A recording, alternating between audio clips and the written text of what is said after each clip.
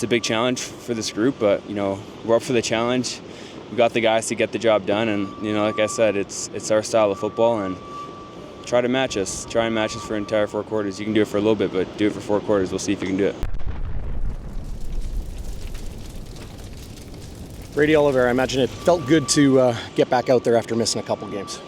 Yeah, felt good to get back out there with my boys and compete and just try and win some football games for the organization. So, yeah, it felt good, man. Just wanted to be back out there with the boys, and it's really all that matters. Just going out there and playing for one another and trying to get the job done though next time. I'll correct myself. A couple weeks, but you just missed the 1 game week 2. How is the body feeling? I feel good. Yeah, had a little hiccup in that first game against Montreal. It kind of set me back a little bit. Didn't feel like myself, so I had to take a week to really get my body right. I didn't feel myself in there, and I know I'm not as impactful when I don't feel myself. So I had to just get back to normal, back to 100%, and I felt like that on Friday. So that was a good feeling. Fans a little bit, confused by seeing you number 2 on the depth chart. And we know what Johnny can do, and he's been a great tailback when you're not available or as a change of pace. Can you provide some insight into, what exactly happened there? Yeah, Osh makes it the final call, right? And I give credit to Johnny, right? He's always been available and always steps in and gets the job done. So you need that. You need that on a football team. You need depth. It's a long season. It's grueling. A lot in the body. So you need guys to be able to step up all across the board. Offense, defense, special teams. But I do think when I'm in there, I do bring a different energy and a different vibe, and I think I bring a spark to this football team. And I think when I went out there Friday, I think the guys felt that.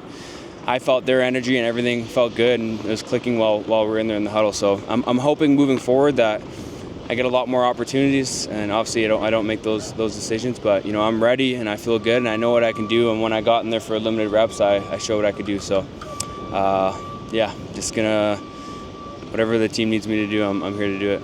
Obviously not the results you guys are looking for, in the first 3 weeks, but is it fair to say that the offense has taken steps in a positive direction from week 1 to your most recent game?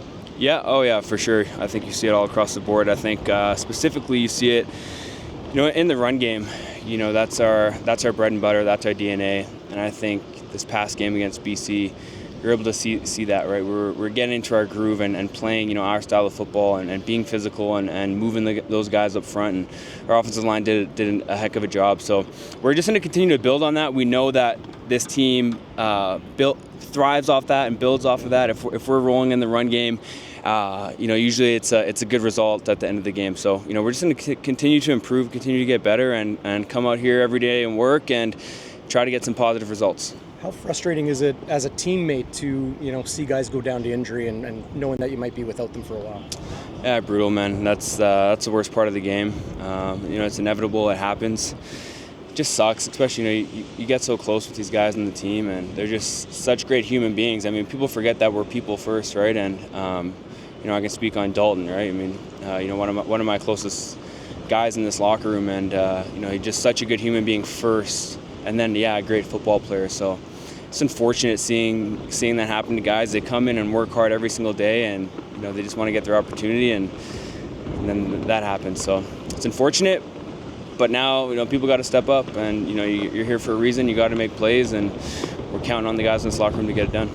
Calgary Stampeders are an opponent when they face the Blue Bombers. It always seems to be really spirited, passionate, hard-nosed football. Can that maybe be a good thing right now to know that the test isn't going to be easy, but that you're going in there with a lot on the line and good for the mind space? Yeah, totally. Obviously everyone says the Western opponents are always going to be tough, and it's always going to be a battle. But honestly, in any team we play in this league, we get their best. For the last couple of years, people are trying to knock us off, and whatever the record says, we're still getting everyone's best, right? So it don't matter if it's West or East. So we do know that Calgary likes to play a physical brand of football, and I'm excited for that. The guys in this locker room are excited because that's the football that we want to play here. So it's going to be a battle, man, a full 60 minutes, and we're looking forward to the challenge. I imagine you're looking forward to facing a very physical front six that Calgary brings. That kind of feeds right into your game. I love it, man. I want to play against the best, go against the best, and